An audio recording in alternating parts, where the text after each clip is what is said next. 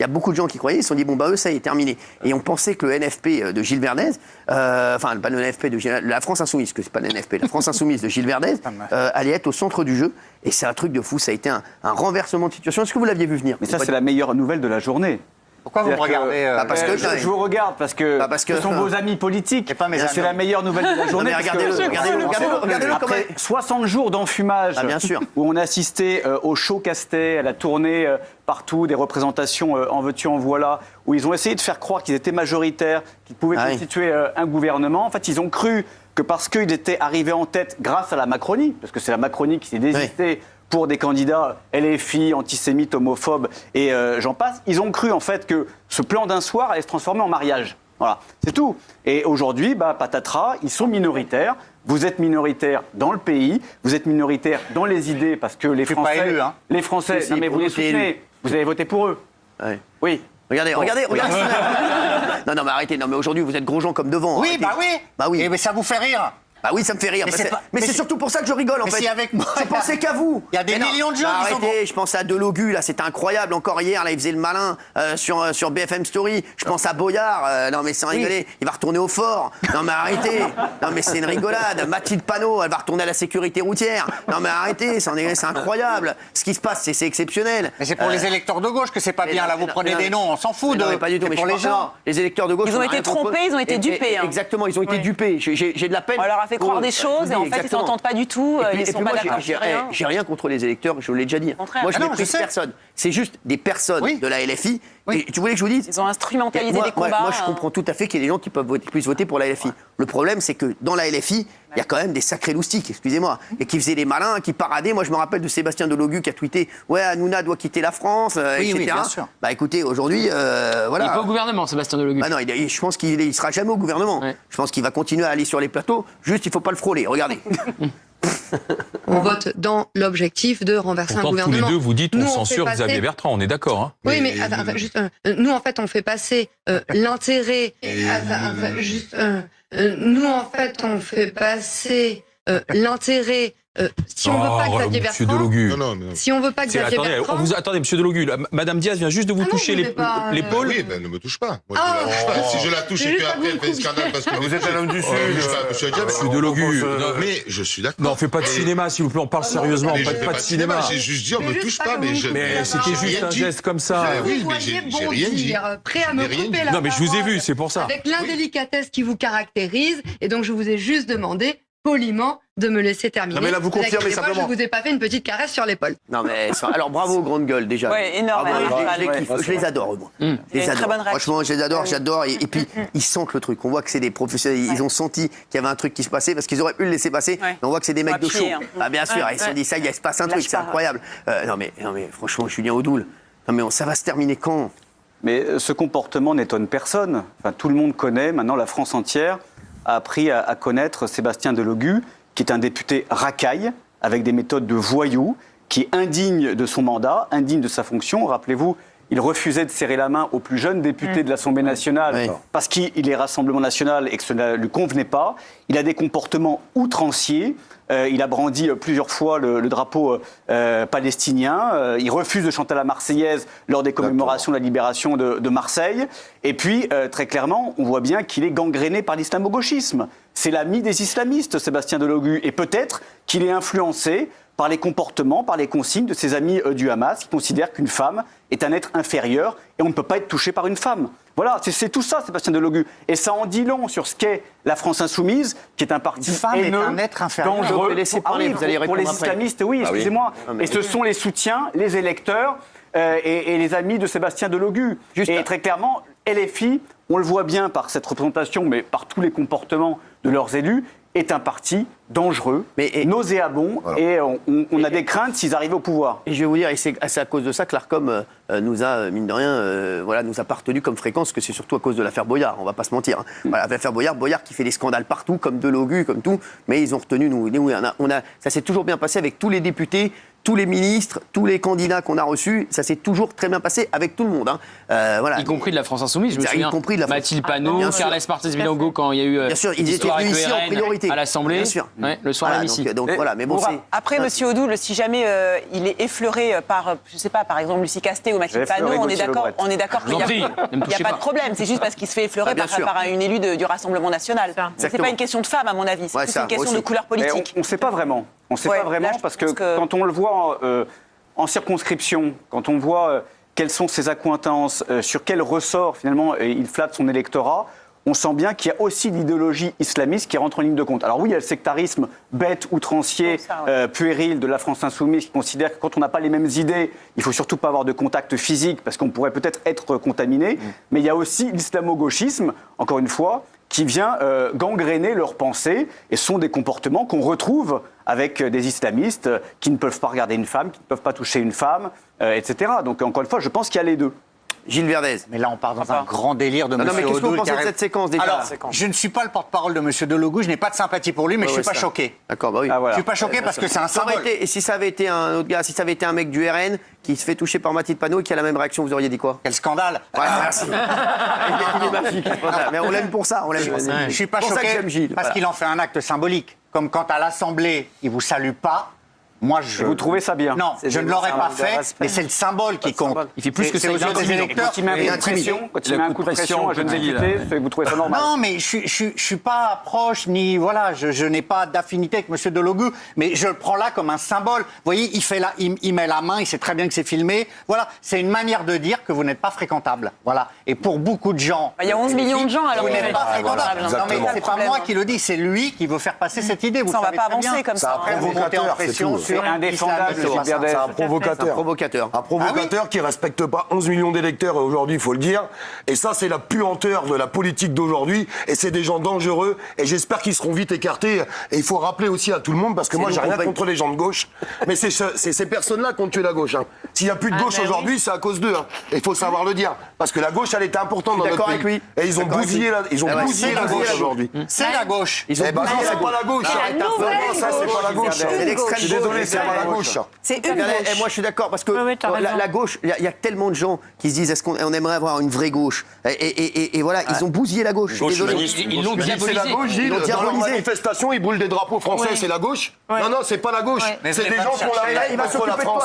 C'est des gens qui ont la haine contre la France, ces gens-là, c'est tout. Ils n'aiment même pas les Français. Les électeurs de gauche ont la haine de la France. Mais c'est pas ça, c'est pas la gauche.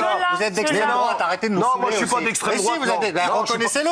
Moi je suis de gauche, vous êtes d'extrême droite. Je viens de vous des Gilets jaunes. Alors si vous savez si les Gilets jaunes étaient d'extrême droite, ça se saurait, vous vous trompez. Maintenant, quand aujourd'hui le Rassemblement... J'ai pas dit que les Gilets jaunes, quand on entend le programme aujourd'hui...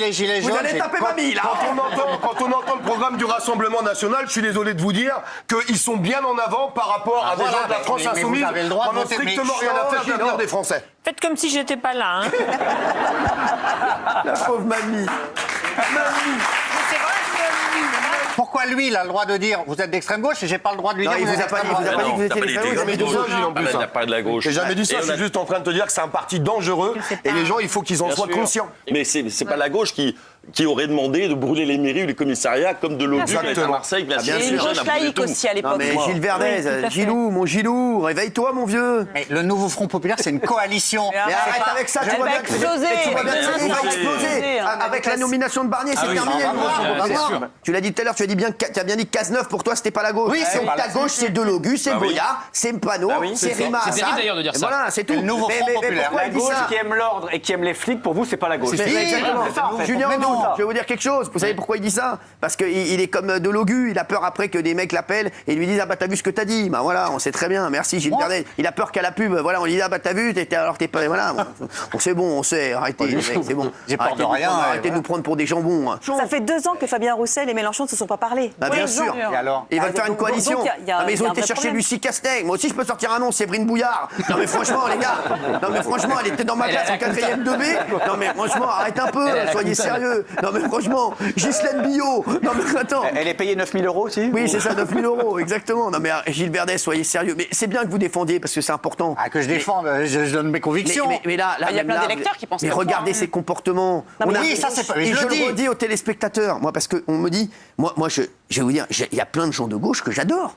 Ah ben Il y a moi plein de aussi. gens de gauche que j'adore. Il y a plein de gens de droite que j'adore aussi. Moi, je parle à tout le monde. Mais je vais vous dire, eux, ils sont C'est devenu non, mais il y a des gauches irréconciliables. Voilà. Ils sont devenus insupportables. Excusez-moi, Gilles Verdez. Oui. À un moment, il faut le dire. Et je sais que votre gauche, c'est la LFI, mais vous avez le droit. Ouais, mais la LFI, il y a des gens très bien à la LFI. Oui. Ah oui, mais on les entend pas. Mais parce je les dénonce, hein. On les entend pas parce Ils ont été virés, surtout. Oui, il a raison, ils ont été virés. Voilà. Alexis Corbière. Ceux qui tenaient la route, ils les ont mis de côté. Alexis Corbière, je suis désolé, c'est quelqu'un avec qui tu peux discuter. Tu peux être d'accord avec lui, pas d'accord avec lui, mais c'est quelqu'un qui. Raquel Garrido, on peut discuter. Exactement, Raquel Garrido, elle est exceptionnelle. Ruffin. Raquel Garrido, voilà, moi, quoi qu'il arrive, voilà, même si on a des trucs, j'adore Raquel Garrido. Voilà, j'adore Alexis Corbière. Je les aime vraiment. Voilà. C'est des gens, voilà, je les considérais comme des amis, je le dis. Voilà. Et je vais vous dire, tiens, je vais revenir aussi sur cet été, parce qu'il y a eu un truc qui est sorti, ça c'est important ça. On m'a dit que j'avais dîné avec Jordan Bardella. Ah, il paraît. Mais les gars, mais déjà je dîne avec qui je veux, parce que les journalistes, ils ont dit, voilà, il a dîné avec Jordan. Mais je dînais, moi je faisais passer des heures, sachez, avec Raquel Garrido. Raquel Garrido, je l'avais 3-4 fois par semaine au téléphone. Hein. Alexis Corbière, je l'adore. Et il était avec moi dans ma loge, on rigolait avec Raquel Garrido et lui pendant des heures. Vous étiez là, vous étiez témoin. On se régalait. Jordan Bardella, oui, je vois Jordan Bardella. Oui, je vois, j'ai pu voir Gérald Darmanin. Oui, je peux voir Julien Audoul. Oui, je peux voir, voilà, je vois tout le monde. Laurent Wauquiez, vous connaissez. Laurent Wauquiez qui est exceptionnel. Ségolène Royal, que j'aime. Voilà, quand je la vois, je l'embrasse comme du bon pain. Olivier Véran, exactement, je l'adore. Dati Rachida Dati, mon idole. Donc voilà, écoutez, arrêtez, ces journalistes, c'est insupportable. Non mais c'est insupportable. C'est la police des dîners. C'est la police des dîners maintenant. Mais écoutez-moi bien, je dînerai avec qui je veux et je pense que vous rêveriez de dîner avec nous. On ne vous invitera jamais parce que voilà, mais sérieux, parce qu'on n'a pas envie de payer pour vous. Mais c'est insupportable ces gens. Et partout maintenant, c'est le dîner secret de Jordan Bardella avec Cyril Hanouna. Non mais écoutez-moi bien. Mais au contraire, moi je continuerai à dîner avec Jordan Bardella. Je continuerai à aller prendre des verres avec Julien Audoul. J'aimerais beaucoup, et je le redis, et je l'aurais même écrit, j'aimerais beaucoup revoir Raquel Garrido. Et revoir Alexis Corbière. Je leur ai même écrit pour leur dire comme je les aimais. Voilà, je vous le dis, et voilà, et ça continuera comme ça. Gérald Darmanin, je m'en suis jamais caché, c'est quelqu'un que j'adore. Voilà. Édouard Philippe a dîné avec Marine Le Pen aussi, ça avait fait tout un esclandre dans Libération. On a le droit de dîner avec Marine Le Pen, il est pas reparti avec sa carte du RN parce qu'il a dîné avec Marine Le Pen. C'est insupportable ces gens.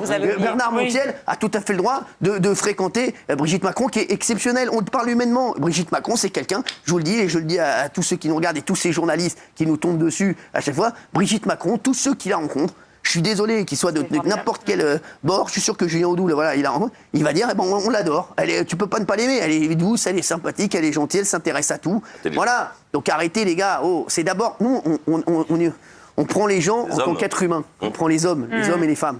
Voilà. Moi, Julien Audoul, je sais que c'est quelqu'un d'extrêmement sympathique. Voilà, Julien Audoul, tu sais que voilà, c'est tout. Voilà, donc arrêtez là. Les journalistes qui sont jaloux, en plus c'est de la jalousie. Ils sont jaloux de Bernard Montiel parce qu'il parle avec Brigitte Macron.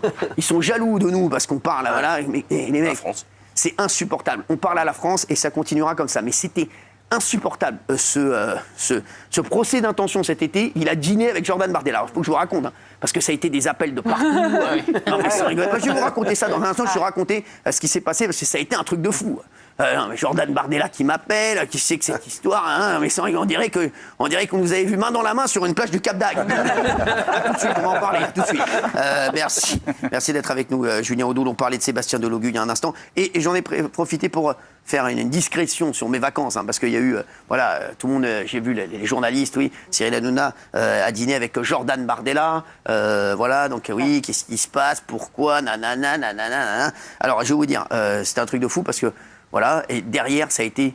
Tout le monde m'a appelé. Alors, qu'est-ce qui se passe? Pourquoi? Qu'est-ce que vous préparez?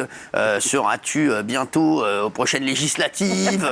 Je leur ai dit, de toutes les façons, je ne ferai jamais de politique, quoi qu'il arrive. Mais, chérie, bien entendu, je prépare des émissions. Bien entendu, je prépare des choses. Et comme je le dis, je dîne avec tout le monde. Ah oui. Si vous saviez le nombre d'hommes politiques avec qui j'ai dîné, franchement, c'est tout bord politique. Parce que je m'intéresse, forcément, j'adore ça. Et puis, forcément, j'aime bien connaître les gens et je dîne avec tout le monde. C'est comme les animateurs, j'ai dîné pratiquement avec tous les animateurs. Voilà, maintenant je fais plus de dîner puisque je reste chez moi. Sinon, après, on va me faire chier. Voilà. J'ai jamais dîné, par exemple, avec Michel Barnier. Voilà, c'est avec plaisir, c'est pour moi, c'est cadeau, on peut aller fluncher quand il veut. Voilà, donc non, mais Jordan Bardella, ça va être un truc de fou. Ils ont appelé Jordan Bardella qui m'appelle, oui, Cyril, on parle d'un dîner, qu'est-ce qui se passe, truc. Je dis, bah, aucun problème, oui, apparemment. Ils disent qu'il y avait une photo qu'on a voulu cacher. Non, mais les gars, non, mais sans rigoler. Et c'est incroyable. Ah bah oui, voilà. Tiens, voilà, une photo, bah, tiens, c'est toujours les mêmes. Ça, je reconnais, c'est Libération.fr.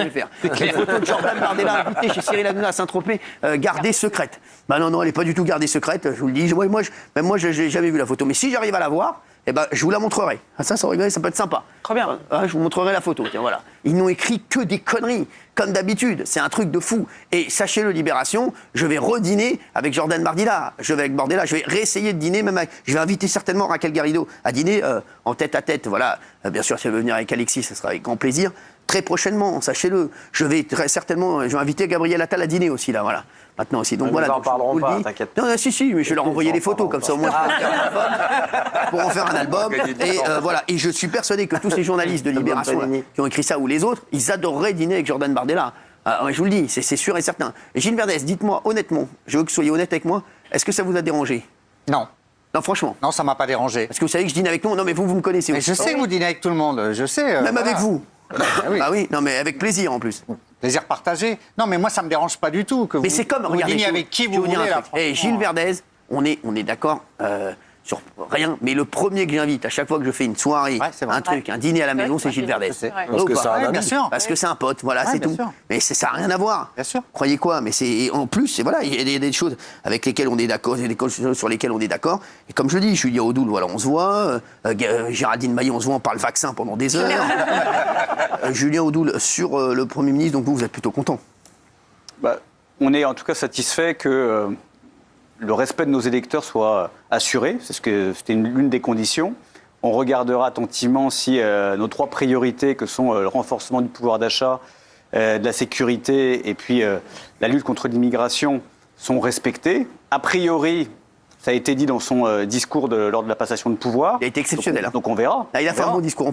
Qu'on aime, qu'on n'aime pas, je trouve qu'il a fait une première. Le Premier ministre, je sais pas, il envoie. Il envoie. Mais là, ce qui est intéressant, c'est qu'il est obligé d'écouter les 11 millions d'électeurs du Rassemblement national. Oui, mais il est aussi leurs attentes, leurs aspirations et leurs propositions. Il est aussi obligé de quitter les 8 millions d'électeurs de l'autre côté. Hein. Oui, enfin, beaucoup moins, parce que c'est le Rassemblement national, c'est Marine Le Pen en fait qui tient aujourd'hui, qui a la situation en main. Ah bah c'est sûr, elle fait là. Après, dans les électeurs de gauche, il y en a beaucoup aussi qui veulent plus de sécurité, plus de justice. Bien sûr, c'est ça. Hein, donc il faut arrêter de croire que les électeurs. Moi, je vous dis qu'il y a des gars du NFP qui vont pas voter contre toutes les mesures que va prendre le Premier ministre. Hein, c'est sûr et certain. Gilles Verdez, bah si, sur la sécurité, etc. Je vous le dis, il y a beaucoup de gens de gauche qui veulent de la sécurité. Je suis désolé, Gilles Verdez. Ouais, mais à gauche, on est bloc. On fait bloc. Ah, si vous faites ça, c'est stupide. Combien de divisions? Ce serait bien qu'à gauche, vous pensiez un peu plus aux citoyens. On va voir les premiers textes de bloc. Qu'est-ce qu'il y a, Olivier? Je dirais, ce serait bien qu'à gauche, vous pensiez un petit peu plus aux citoyens, parce que vos querelles politiques, les Français, ils s'en foutent. Hein. Mais ils s'en contrefoutent. Ils veulent du résultat et du changement. Et ce changement, en fait, ils n'arrêtent pas de l'attendre. Ils sont retournés aux urnes. Et là, maintenant, on attend du vrai changement. Donc, les querelles politiques, on n'en a strictement rien à carrer. Ce qu'ils veulent, c'est du changement. Et s'il y a des bonnes propositions de loi qui seront faites, il faut les voter, tout simplement. On s'en fout de qui les propose. Ce qu'on veut, c'est du résultat. Ça marche bien. C'est la grande différence entre vous et nous, Gilles Verdez. C'est que nous voulons le bien du pays. Et quelle que soit la politique, les textes, à partir du moment où ça va dans le bon sens, si Michel Barnier propose l'arrêt des régularisations automatiques, s'il propose de mettre un terme à l'immigration sauvage, s'il propose de renforcer la sécurité, évidemment qu'on va le soutenir, parce que ça va dans le bon sens. Vous, malheureusement, tout de suite, c'est motion de censure, parce que vous ne voulez pas que le pays avance. Regardez, et je vais vous lire. Après 52 jours d'un gouvernement battu dans les urnes, Macron continue de se vivre comme un autocrate. Voilà. Au moment où Michel Barnier, le président, refuse de respecter la souveraineté populaire et le choix issu des urnes, contre ce coup de force inacceptable dans une démocratie. Rendez-vous le 7 septembre dans la rue et continuons à faire signer la pétition Macron destitution. Donc voilà, ils envoient encore les gens dans la rue, comme d'habitude, ils veulent le chaos. Louis Boyard, tiens, le génie des Carpates. Louis Boyard, tiens, voilà. Tiens, non, mettez-moi Louis Boyard, oui, regardez, voilà. Donc voilà. Voilà, mais il est là, lui, encore. Macron et Le Pen viennent de former un accord pour Michel Barnier, Premier ministre. Voilà, donc là, il a les boules. Hein, là, il se dit, ils nous ont bien... Et là, ils nous ont bien emberlificotés. Obsédés par l'immigration, à voter contre la dépénalisation de l'homosexualité, s'oppose au partage des richesses. Illégitime. On censure Barnier, on destitue Macron, on manifeste le 7 septembre. Mais Daniel Obono, tiens, alors voilà, Daniel Obono, ça continue. Ah, quel casting. Franchement, entre Daniel Obono, Louis Boyard. Et Mathilde Panot, c'est quand même incroyable. Oui. Louis Boyard, il en a pas dans la gueule. Ils sont associés à Emmanuel Macron pendant les législatives. Et ils se permettent de faire des leçons de morale aujourd'hui. Oui. Non, mais c'est incroyable. Je sais pas, moi. Je sais pas comment d'ailleurs ils ont pu s'associer à Emmanuel Macron. Alors bon, ils ont pris une belle carotte, hein, mais ils l'ont quand même fait en tout cas. J'espère que les gens s'en rappelleront. Une énorme carotte, non, franchement. Pas une carotte qu'ils ont pris. C'est un boulevard potager. Non, mais c'est tout le potager qu'ils ont pris. Franchement, bon. Et Macron, ne croit pas, il restera jusqu'au bout. Donc arrêtez de rêver avec destitution. Et ils le savent. Et bien sûr qu'ils le savent. Un tant soit peu intelligents, ils savent très bien. Je pense qu'il y a un moment où il n'a pas rigolé, Emmanuel Macron, c'est quand il a lu l'interview d'Édouard Philippe qui disait qu'il pourrait être candidat à une présidentielle anticipée. Mais il le savait. Vous voulez que je vous dise quelque chose? Il a vu la veille. Je pense qu'il a rigolé, dites pas de bêtises. Il a rigolé quand même. Il a vu la veille, écoutez-moi bien. Emmanuel Macron, il est là. Il sera là jusqu'en 2020. Ils s'en foutent total. Il sera là jusqu'en 2027. C'est peut-être dommage, Cyril. Faites votre vie, voilà, et ils s'en foutent total. Là, je t'explique. Là, maintenant, il a mis Michel Barnier. Je pense qu'il va faire beaucoup de trucs à l'international. Moi, je vais vous dire, là, il va s'occuper des élections américaines, etc., à mon avis. Et je peux te dire qu'il va laisser Michel Barnier aux affaires courantes. Oui. Et moi, je ne suis pas d'accord quand vous assimilez le chaos à l'appel à la destitution. Non, la destitution, Monsieur Odoul le sait très bien, ça suit un process très compliqué qui n'aboutira pas. D'abord le bureau de l'Assemblée nationale, etc. Après le Sénat, la Haute Cour. Jamais ça n'aboutira. Mais c'est une lutte politique. Donc ils ont le droit d'appeler à la destitution. Mais quelle lutte politique? Mais s'il n'y a plus Macron, il y a qui? Vous avez appelé à voter pour lui. Mais bien sûr. Vous l'avez en 2017 et 2020, c'était la France Insoumise et Mélenchon. Je suis pas représentant de la LFI. Fait gagner. Mais si, mais c'est ce qu'on dit. Non, il dit vous. Il est lourd avec ça. Aux législatives, à un moment donné, il faut arrêter de prendre les Français pour les crétins. Aux législatives, Louis Boyard, il était bien content d'avoir bien sûr. Loïc Signor, qui s'est maintenu. Mais bien sûr. maintenu pour le faire gagner. Arrêtez. Loïc Signor, la réalité, elle est là, même si vous avez voulu des voix des macronistes, vous avez fait alliance au second tour législatif, et là maintenant vous voulez le destituer.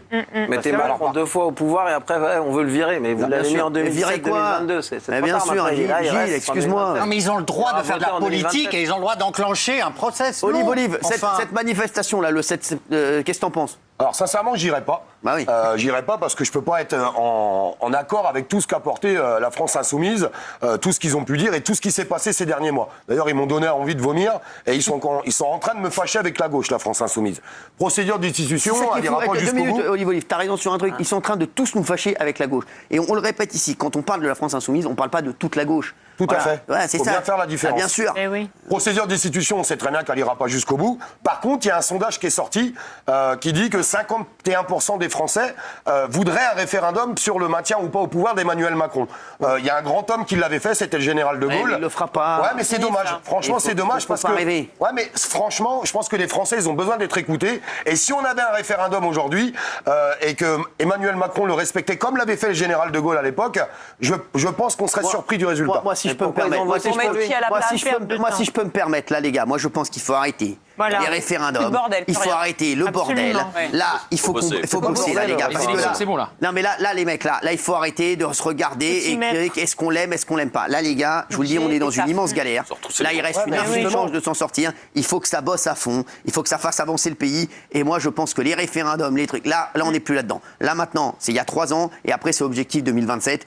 Voilà, parce que les mecs, si on commence encore et on va faire un référendum pour Emmanuel. Non, mais vous vous rendez compte ou pas? Les mecs, ils bossent quand? Déjà, ça fait 6 mois que le pays il est paralysé. Les mecs, on peut plus. Là, ça y est. Et là, il faut avancer. Là, il faut bosser. Là, économiquement, excusez-moi.